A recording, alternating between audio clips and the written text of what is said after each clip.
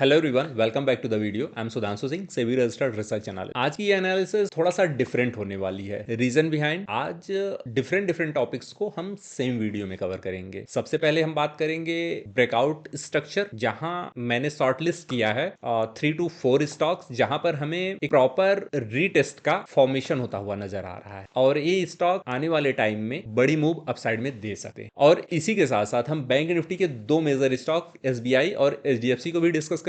Reason behind कि दोनों ही stock bank Nifty के हैं, बट दोनों की ही मूव टोटली डिफरेंट है और यहाँ पर रिटेल ट्रेडर काफी कंफ्यूज है कि ट्रेड आखिर कहां पे करें। और इसी के साथ साथ अपने व्यूवर्स के स्टॉक को भी इसी वीडियो में कवर करेंगे। Last but not least, overall market context को भी डिस्कस करेंगे। निफ्टी और बैंक निफ्टी आने वाले वीक में कैसा परफॉर्म कर सकते हैं। तो चलिए डिले ना करते हुए वीडियो को स्टार्ट। सबसे पहले बात करते हैं निफ्टी की। निफ्टी के चार्ट को अगर आप डेली टाइम फ्रेम पर देखेंगे तो यह एक चैनल के अंदर काफी समय से ट्रेड कर रहा है। एक बार इसने इस चैनल को ब्रेक करने की कोशिश की, बट लोअर प्राइस रिजेक्शन आ गया और फिर से इसने ट्रिपल टॉप का फॉर्मेशन कर दिया और ट्रिपल टॉप का फॉर्मेशन करने के बाद इस रेंज में फिर से एयर ट्रेड करने लग गया। तो यहां पर रिटेल ट्रेडर कंफ्यूज हो गए कि आखिर हो क्या रहा है, साइडवेज है, अप ट्रेंड में है या डाउन ट्रेंड में है। क्योंकि अपर प्राइस रिजेक्शन आप देखेंगे तो यह डाउन ट्रेंड लगेगा और फिर इस पूरी रेंज को देखेंगे तो यह साइडवेज लगेगा, बट यहां पे सपोर्ट लेके एक ग्रीन कैंडल बनाता है तो फिर अप ट्रेंड लगेगा। तो यहां पे ओवरऑल रिटेलर कंफ्यूज हैं कि हो क्या रहा है, हम क्या एक्सपेक्ट करें। तो मैं आपको बता दूं, लास्ट एनालिसिस में भी मैं यही बोला था, हालांकि रेंज थोड़ा सा ज्यादा नैरो थी, यहां पर थी। मैं यही बोला था कि यह अपने लेवल को रीटेस्ट कर रहा है। एक बार रीटेस्ट करके यहां से ग्रीन कैंडल का फॉर्मेशन कर देता है, चाहे 200 पे सपोर्ट ले ले, चाहे इस चैनल पे ले ले, सपोर्ट लेके ग्रीन कैंडल का फॉर्मेशन कर देता है तो अप साइड में फिर अपर चैनल को यह टच कर देगा। और अभी भी एनालिसिस सेम है कि यह यहां से लोअर प्राइस रिजेक्शन लेने के बाद अपर चैनल को इजिली टच कर सकता है। अब बात करते हैं बैंक निफ्टी की। बैंक निफ्टी में भी आप देखेंगे तो यह अभी एक चैनल में ट्रेड कर रहा था, हालांकि इसने अपर चैनल को ब्रेक कर दिया और रेंज शिफ्ट हो गई। अभी फिर से यह 20 मूविंग एवरेज के पास ट्रेड कर रहा है। निफ्टी की तरह जैसे ही यहां पर ग्रीन कैंडल का फॉर्मेशन होता है तो यह फिर से डुअल टॉप बना सकता है। बहुत ही सिंपल एनालिसिस रखेंगे निफ्टी और बैंक निफ्टी की। अब चलिए अपने स्टॉक्स को डिस्कस कर लेते हैं। पहले हम ब्रेकआउट स्टॉक्स के पहले हम डिस्कस करते हैं एचडीएफसी एंड एसबीआई। अब एचडीएफसी और एसबीआई को लेके जो लोगों का कंफ्यूजन है, एसबीआई हायर हाई बनाते हुए जा रहा है, हायर हाई, वहीं एचडीएफसी लोअर लो बनाते हुए जा रहा है। एचडीएफसी को देखेंगे तो लगेगा कि मंदी आएगी, डाउन ट्रेंड में है, और वहीं एसबीआई को देखेंगे तो ऐसा लगेगा कि मार्केट में पूरी हरियाली छाई हुई है। तो दोनों ही मेजर स्टॉक हैं बैंक निफ्टी के, बट दोनों को अगर एक साथ देखा जाए तो कंफ्यूज हो जाएगा रिटेल ट्रेडर। तो ऐसे में इंडिविजुअल मैं एक एक स्टॉक को बताता हूं कि इसमें किस तरह की मूव देखने को मिल सकती है। सबसे पहले बात करते हैं एचडीएफसी की। एचडीएफसी में लास्ट टाइम मैंने एनालिसिस किया था कि इस ग्रीन जोन में आएगा तो अप साइड में करीबन 2.5% की मूव हमें देखने को मिलेगी, फिर ट्रेल करके चलेंगे। तो यहाँ हमें 5% की ओवरऑल मूव देखने को मिली और फिर से अपर प्राइस रिजेक्शन हो गया। रिजेक्शन का रीजन आपको पता है, एडीआर में बड़ी गिरावट आई है और जिसका इफेक्ट प्राइस एक्शन पे पड़ा है। अब यहां आप देखेंगे चार्ट को तो यहां डाइवर्जन मुझे दिख रहा है आरएसआई का। प्राइस एक्शन डाउन ट्रेंड में, आरएसआई अप ट्रेंड। तो मतलब साफ है, या तो कुछ टाइम ये कंसोलिडेट करेगा या तो यहां से लोअर प्राइस रिजेक्शन लेके अप साइड को मूव करेगा।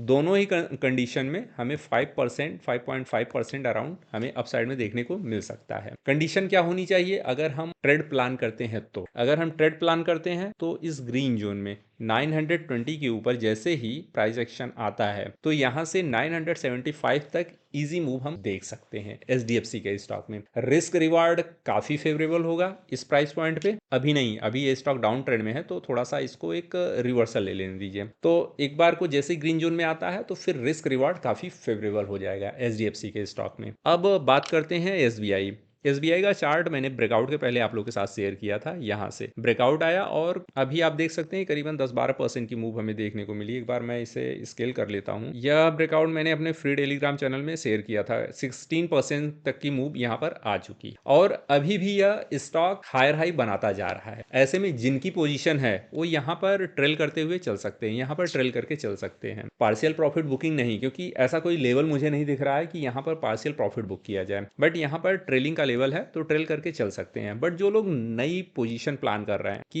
यहाँ पे नई पोजीशन प्लान कर लें, अभी और ऊपर जाएगा, तो जाने को तो जा सकता है बट रिस्क रिवॉर्ड फेवरेबल नहीं है इस प्राइस पॉइंट पे नई एंट्री के लिए। नई एंट्री मान लीजिए आप लेते हैं और एक 5% की बड़ी सी कैंडल बन जाती है विदाउट एनी रीजन, क्योंकि यहाँ आप देख सकते हैं आरएसआई ओवरबॉट हो चुका है, तो कभी भी अपर प्राइस रिजेक्शन हो सकता है और अपर प्राइस रिजेक्शन हो जाएगा तो फिर प्रॉफिट तो कोई और लेके गया, लॉस आप भरेंगे। ऐसे में ऐसे स्टॉक को नहीं ट्रेड करना चाहिए जो ऑलरेडी काफी हाई पे पहुंच चुका है। तो यही रहा एचडीएफसी और एसबीआई। आई थिंक मैंने आपका कंफ्यूजन दूर कर दिया। अब चलिए बात करते हैं ब्रेकआउट स्ट्रक्चर्स की, जो मैं हर एक एनालिसिस में करता हूं। बजाज होल्डिंग के चार्ट को अगर आप डेली टाइम फ्रेम पर देखेंगे तो यह काफी समय से डाउन ट्रेंड में था और फाइनली लोअर प्राइस रिजेक्शन हुआ और इसने अपना ट्रेंड लाइन भी ब्रेक कर दिया। ब्रेक करने के बाद अपसाइड गया और वापस से आके इस लेवल को रीटेस्ट कर रहा है। अब यहां से रीटेस्ट करके एक ग्रीन कैंडल का फॉर्मेशन हो जाता है। अगर वॉल्यूम हेल्प कर देता है तो फिर यहां से या 200 मूविंग एवरेज तक इजी मूव हम इस स्टॉक में देख सकते हैं। बजाज होल्डिंग के बहुत ही सिंपल है, बस एक बार को ग्रीन कैंडल का फॉर्मेशन हो जाए विथ वॉल्यूम, तो ये हमारे लिए हेल्पफुल होगा। अगर वॉल्यूम की कमी है तो फिर हमें टॉप थोड़ा सा ब्रेक होने का वेट करना पड़ेगा, बट अगर वॉल्यूम का सपोर्ट मिल जाता है तो फिर देबेस काफी तेजी से ये स्टॉक ऊपर जा सकता है। हमारा नेक्स्ट स्टॉक है बीएससी। बीएससी में लास्ट टाइम हमने करीबन 32% की मूव कैप्चर की थी और अभी फिर से यहाँ पर ब्रेकआउट का फॉर्मेशन होता हुआ नजर आया और मैंने इसे आप लोगों के साथ शेयर भी किया था। ये वापस से आके रीटेस्ट कर रहा है अपने डिमांड जोन को। यह डिमांड जोन है, यहाँ तक यहाँ से बार बार ये सप्लाई ले रहा था और इसके ऊपर आ गया तो यह डिमांड जोन में कन्वर्ट हो गया और आप देखेंगे कि वापस से आके ये रीटेस्ट कर रहा है। हो सकता है थोड़ा सा और नीचे जाए, 20 से रिजेक्शन ले या यहाँ कहीं कुछ टाइम तक सस्टेन कर जाए, लेकिन जैसे ही एक बार ग्रीन कैंडल का फॉर्मेशन होता है और डिमांड जोन के ऊपर सस्टेन कर जाता है तो अगेन 10 to 15% की मूव हमें देखने को मिलेगी। 11.87% की मूव हमें इस स्टॉक में फिर से देखने को मिल सकती है जैसे ही अपने डिमांड जोन के ऊपर सस्टेन कर जाता है। वॉल्यूम की हेल्प मिल जाती है तो दी बेस्ट फिलहाल यहाँ पर अराउंड 12% की मूव हम देख सकते हैं बीएससी के स्टॉक में फिर से। अब बात करते हैं अपने नेक्स्ट स्टॉक की, करते हैं लॉरेस लैब।